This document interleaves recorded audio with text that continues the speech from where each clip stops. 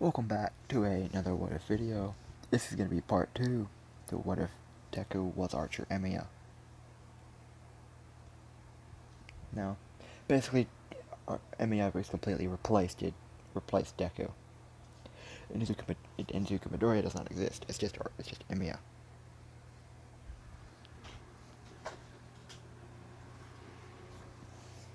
Now, we last left off, Deku and Momo, not Deku and Momo, Deku doesn't exist. Enma and Momo were going to school, and if you didn't know, or didn't watch all of part 1, Momo and Enma were basically put into an arranged marriage by Momo's father. Now,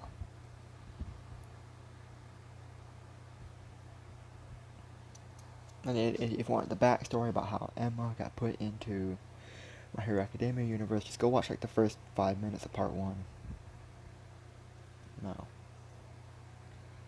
Or just watch part 1 in general, so you can get caught up in everything I did in that part.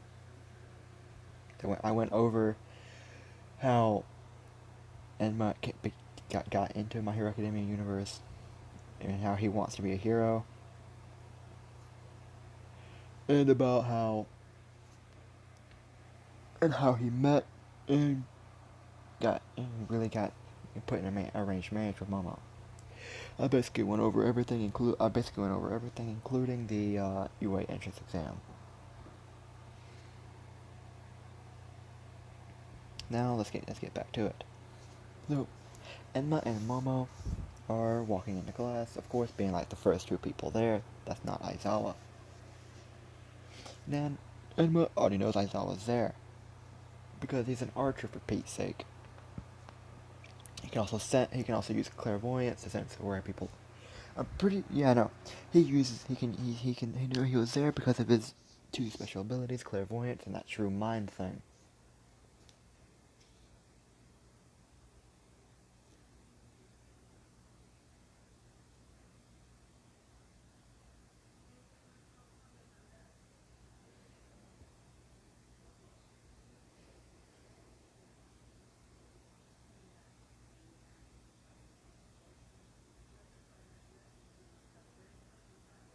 Sorry, I blanked out. Now,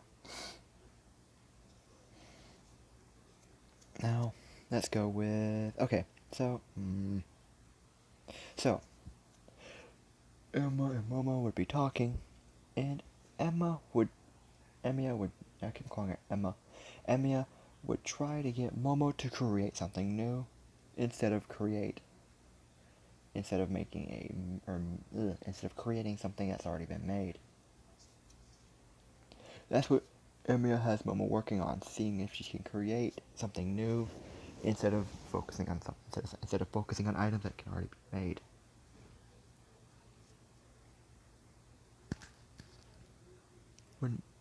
As Emiya is mainly trying to get Momo to make one of his swords. Emiya's trying to get Momo to make one of his swords as a practice, but he didn't tell her what it's made out of.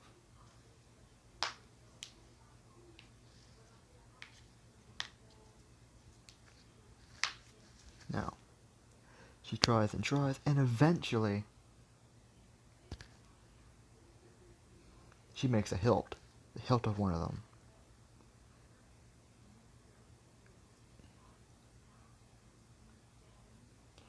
Emiya is glad for her and says that she actually made something new instead of making something that's already been made. But Momo sighs and says, but I just made the hilt. And Emiya would still say, but that's still progress. Which would cheer Momo up. Not everyone else would start arriving, with Todoroki being there next. Todoroki, then everybody else. When people who were in the same area as Emiya see him, whoops, that's Dante. Whoopsie daisy. Now people who in the same area as Emiya would walk up to him and ask him about his quirk and what the hell he did. And Emiya would say that was my ultimate ability. I don't remember how he pronounced it because I just finished watching the entirety of. I'm recording these. I'm recording part 1 and part 2 hours apart. I watched the entirety of Fate Stay Night again. I don't remember what he called it. I think it was like Gale Bolt. But uh, Emiya would say that that was my ultimate ability, and Gale Bolt. That he would explain it to whoever asked, but whoever didn't ask what it did, he would ignore. He wouldn't say anything. He would just if anyone asked what he did, he would just say then my ultimate ability, Gale Bolt. But if they only asked that, then he wouldn't explain how it worked.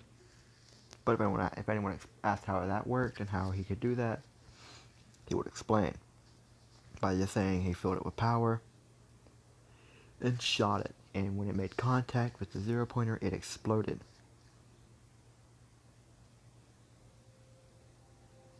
Now, Oshaka would walk up to Emiya and thank him, and then Momo would go, "So this is the girl you told me you saved?" And Emiya would go, "Yes."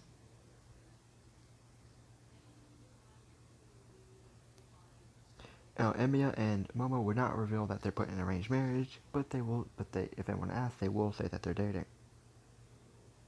And they have been for around a few, let's say, a few weeks, like 3 weeks now. No, 2 weeks now.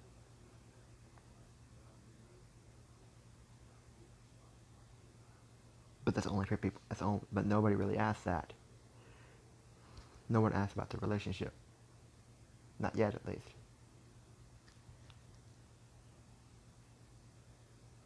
Now, as Ochako would tell Emiya her name, and then Emiya would say, "I'm Emiya."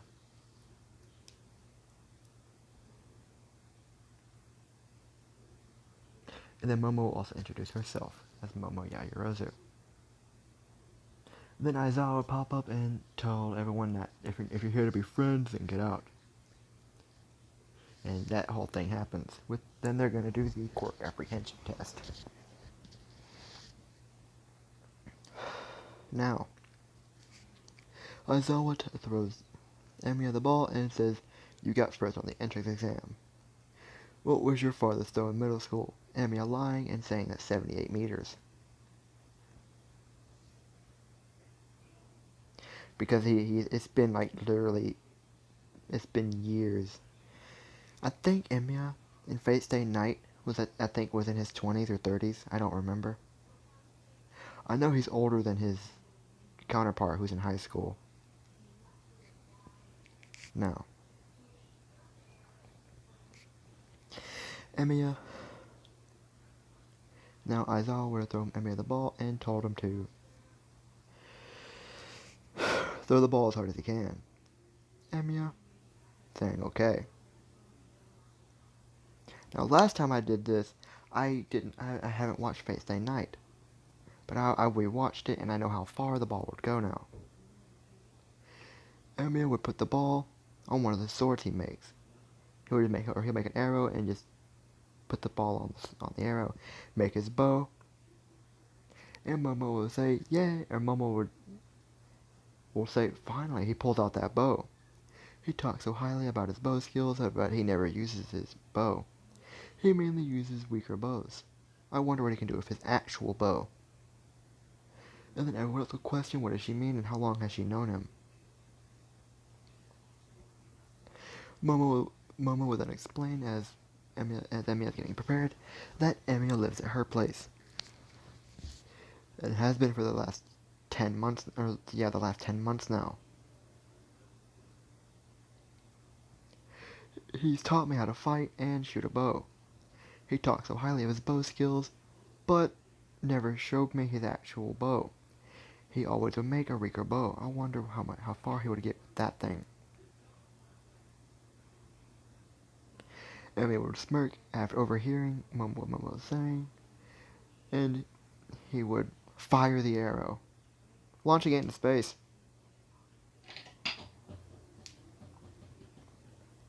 Everyone's jaw would drop, including Momo, who didn't know he could even shoot a bow that far.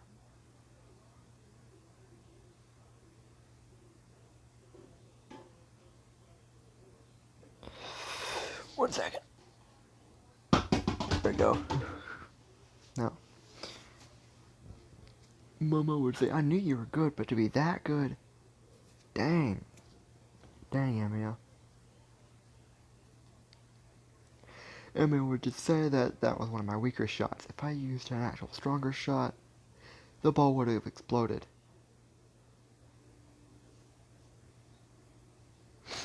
And Momo would say, yeah, you can't really use your Gale Bolt.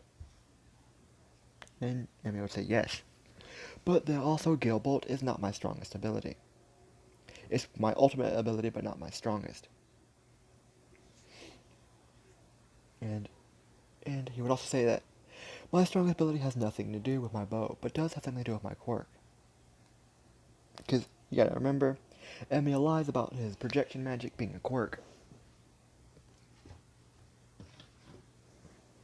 Now, still distract everybody. And now for the more physical parts of the thing. Emiya's very, very fast.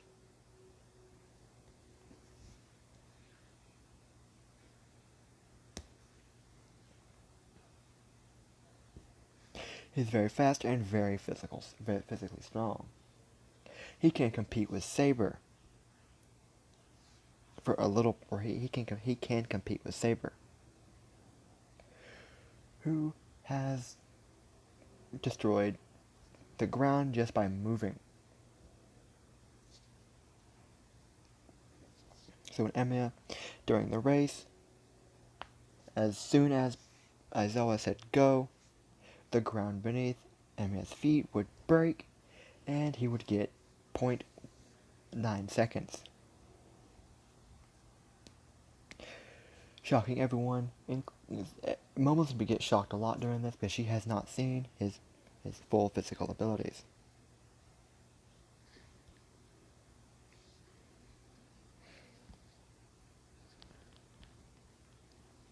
Emiya will explain who he is later to Momo. Because he's not going to keep his whole life a secret about who he was. Because she's going to start asking questions, and Emiya can't lie about his entire life.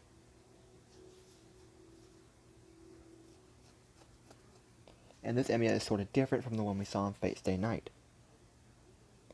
This Emiya is different because he's in a different world. He wants to be more than what he was. Which is why his personality is slightly different in this. Now, Emiya would basically get first in every single one, tying with Uraraka for first, and getting first overall with Momo getting second.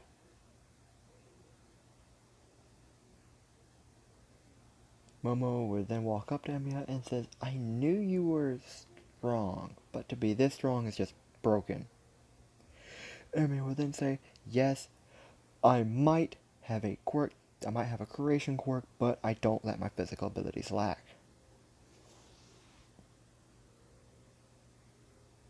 Everyone would ask what everyone else would say. Everyone else would be surprised and says, we thought you had two quirks, a creation or a creation and enhancement." Emiya and Momo would say both. They would both say no. They both say no. Emiya is saying that I only have a creation quirk. And Momo would then tell all of them that he works out all of the time. Ever since he first came into her house, he started working out. That's all he would do. Other than that, he'll be working on designs for weapons that he can make.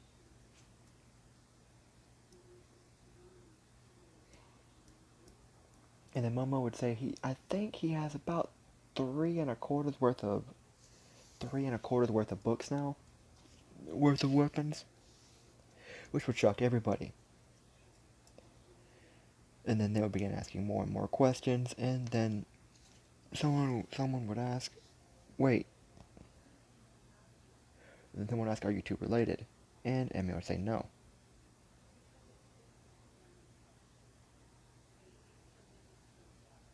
Then someone else would ask, are you two dating? And then Momo would blush, and Emiya would say yes, with a straight face. And Emiya would say, actually, around 2 weeks ago, we started dating. Which would shock everyone.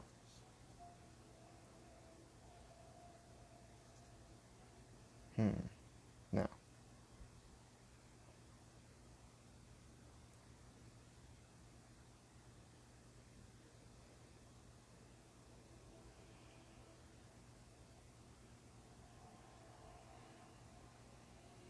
Not all the girls will be asking Momo questions, and all the boys will be asking Emiya questions. Because them two are the first couple of Class 1A.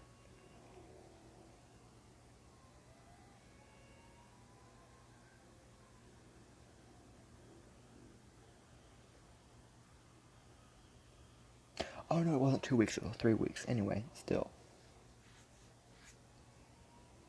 Because after he got back from the UA entrance exam.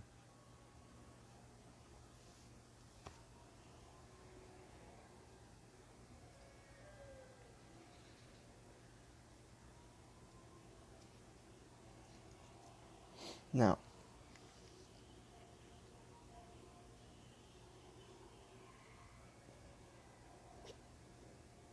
when Momo eventually would let it slip that they do sleep in the same room. Which would just put even more shock on people's faces. And Momo would blush as everyone kept on asking more and more questions, and Emiya would just answer them. Mainly with him saying that yes, we do sleep in the same room, but we haven't done anything yet.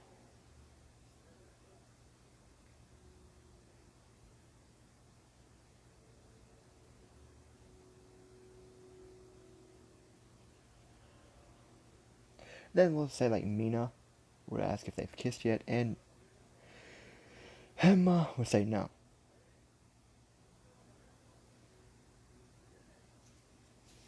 Now we're gonna skip a few days. We're gonna skip to the next day for the heroes versus the villains. Momo has seen Emiya's suit, his hero costume. She tried to see what it was made out of, but couldn't figure it out. Then she would ask Emiya about this. This is like before, like way before, like say like 7 months into the training. This is a flashback. Momo would ask Emiya what's his costume made out of, and Emiya would say, that is something I don't know. He would say, I don't know. No, actually, Emiya would say, I made it myself. What it's made out of is not important. It's just that I use my quirk to make it, and I keep it and I put so much power into it that it can keep a permanent form.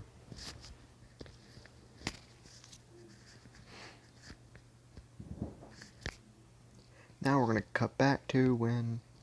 Now we're gonna cut back to the same day the Heroes vs. Villains happens.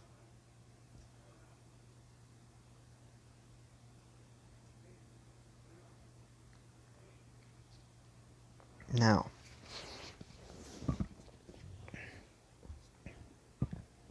let's cut to Bakugo, actually, for a second. We're gonna cut to Bakugo to see what. 1 second. Okay, now. We're gonna cut to Bakugo to see what Bakugo thinks of Emiya. Bakugo does not like Emiya. Bakugo expected with his quirk he would be the center of attention for the class. But Emiya is, which Bakugo does not like. Because he knows that Emiya's quirk is stronger, and he's just physically stronger and faster than Bakugo ever will be.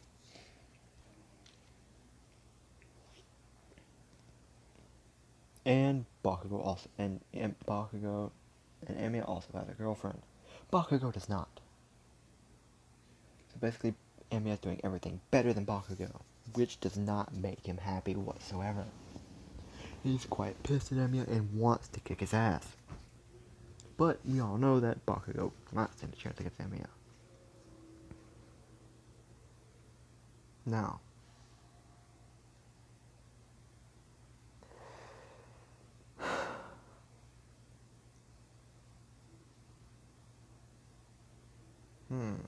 okay. Now, Emiya and, okay, so let's see, teams.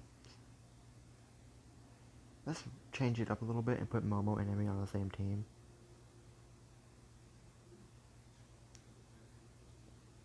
And then everybody in the class would say that can't be a coincidence. And All Might would say that they draw the sticks. They are on the same team, and they would say that they would tell All Might that them two were actually dating. There's no way in hell that that's a coincidence. Especially if everyone in the entire class. And All Might would just reassure them that it was a coincidence and that they would be on the same team.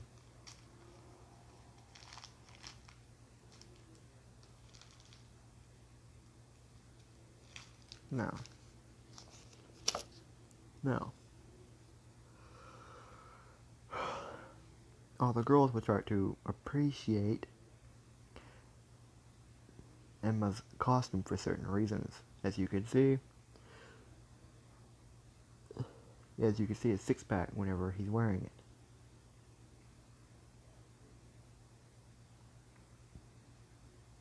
Because Emiya's shirt is basically skin tight.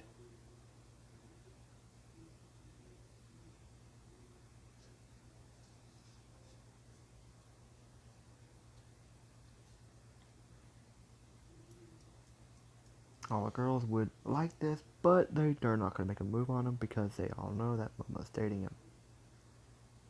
And there's the girl code. If that even does exist. I don't think it does, but whatever.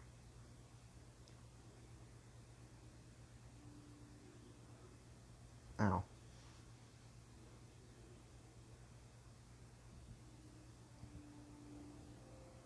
Now, it's going to be Bakugo versus Ito, which Bakugo's going to be excited for. Because he wants to fight Emiya. But was being held back by Aizawa, who would not let him fight him. Or would have expelled him if they did.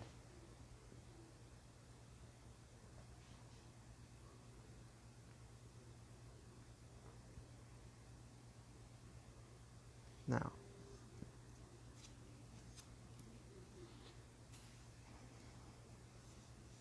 I got something perfect I could say for Bakugo. Now, Emiya and Momo would come up with a good plan and would actually work together. Now, they walk into the building, and Enma would tell Momo that he does have more abilities than just projection. Or he would have other abilities that go with projection, including clairvoyance. He can basically see through walls, which would make her blush and she would ask if he used that on her. And Emma would say, of course not. I'm not like that. But I'm pretty sure that purple-headed boy is. And Mama would agree.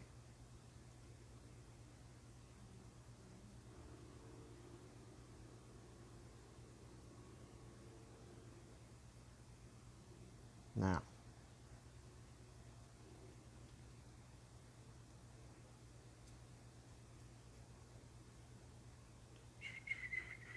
okay, sorry, I was thinking. Now, Momo and Emma would be walking in when Emma would grab Momo and jump back. Momo would ask what is he doing. And then she would see Bakugo come out from behind the wall and throw an explosion at what they were. Emma was saying, I'm dodging that. Emiya would then make his 3 swords and says, I'll take the lead. You follow behind me. And Bakugo would say, you damn extra. You're just a stepping stone for my great adventure, becoming the #1 hero. Emiya would then taunt Bakugo by saying, I met someone just like you a few years ago. He died. Which would piss Bakugo off. And Bakugo would rush him, which is what Emiya was hoping for. Emiya would then take his swords and hit Bakugo's gauntlets, breaking both of them, spilling the sweat everywhere. Emiya saying, I knew it. You were going to use those gauntlets and try to hit me with that, weren't you? Bakugo being pissed off even more because Emiya just figured out his plan. Let's say the right gauntlet survived, barely. There's a deep cut in it, but none of the sweat was spilled out, and Bakugo would say it's finally ready. As Bakugo would get ready to fire the gauntlet, Emiya would get a serious look on his face, and then he would jump back, grab Momo, and put his hand up, making that big shield. But no one would notice that Emiya made the shield. All Might would try to get Bakugo to not do it, and Bakugo would say he'll be fine if he just dodges. And then Bakugo fires off the explosion. Everyone thinking that Emiya and Momo just died. When the smoke clears, after a lot of scolding from All Might, and then All Might threatened Bakugo for expulsion and jail time if Emiya and Momo were not alive.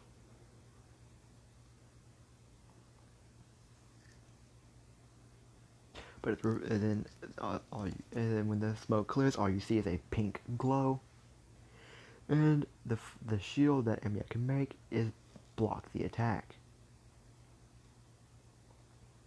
Momo is blushing because Emiya did pull her very close. She's basically leaning against his chest at the moment, because Emiya is right now taller than Momo.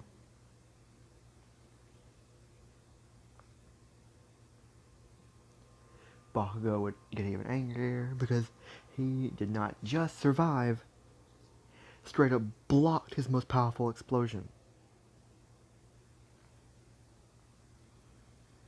Emiya would then say that was stupid, you could have killed her. I would have been fine, but you would have killed her. And then the shield drops, Bakugo charges, but Emiya's pissed. Emiya then says no more holding back. Of course he's going to hold back a little bit, not to kill him, but he's going to. He makes a lance, or a bow staff,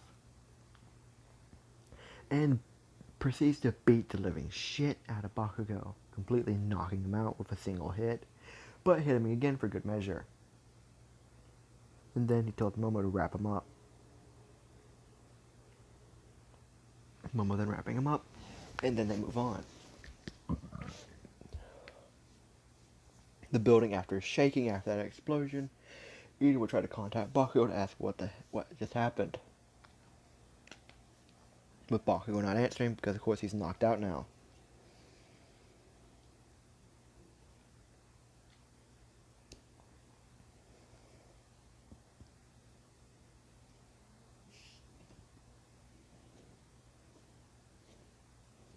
Now,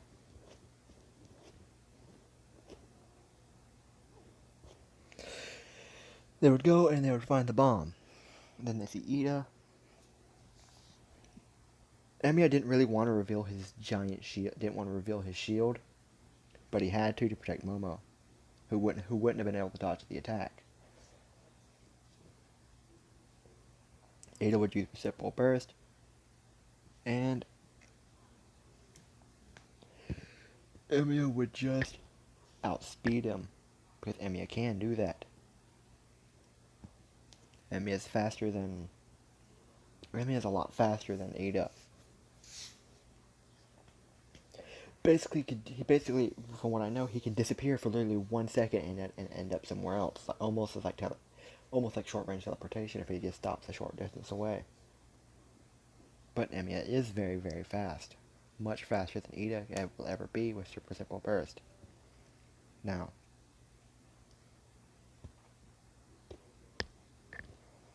and then Emiya would grab both of Ida's arms and tell Momo to, or grab both of Ida's legs, and he would tell Momo to try it again.